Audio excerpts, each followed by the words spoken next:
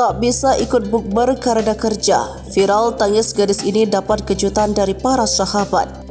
Momen buka puasa bersama dengan keluarga dan sahabat terdekat memang menjadi salah satu hal yang paling dinanti ketika tiba. Namun terkadang kondisi dan situasi membuat sebagian orang harus merelakan momen bahagia bersama keluarga dan para sahabat itu terlewat. Seperti yang dialami seorang gadis asal Tangerang yang terpaksa absen momen bukber para sahabat lantas harus bekerja dan mencari nafkah menjadi viral di media sosial.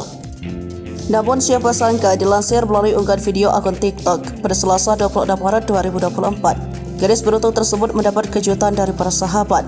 Saat sedang asyik bekerja, gadis itu tiba-tiba didatangi oleh para sahabatnya yang seharusnya buka bersama.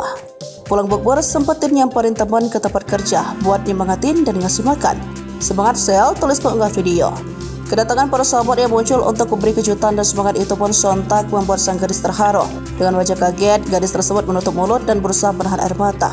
Para sahabat yang melihat tangisan gadis itu pun langsung beramai-ramai memeluknya. Bukti persahabatan yang nyata itu pun sontak membuat warganet ikut merasa tersentuh.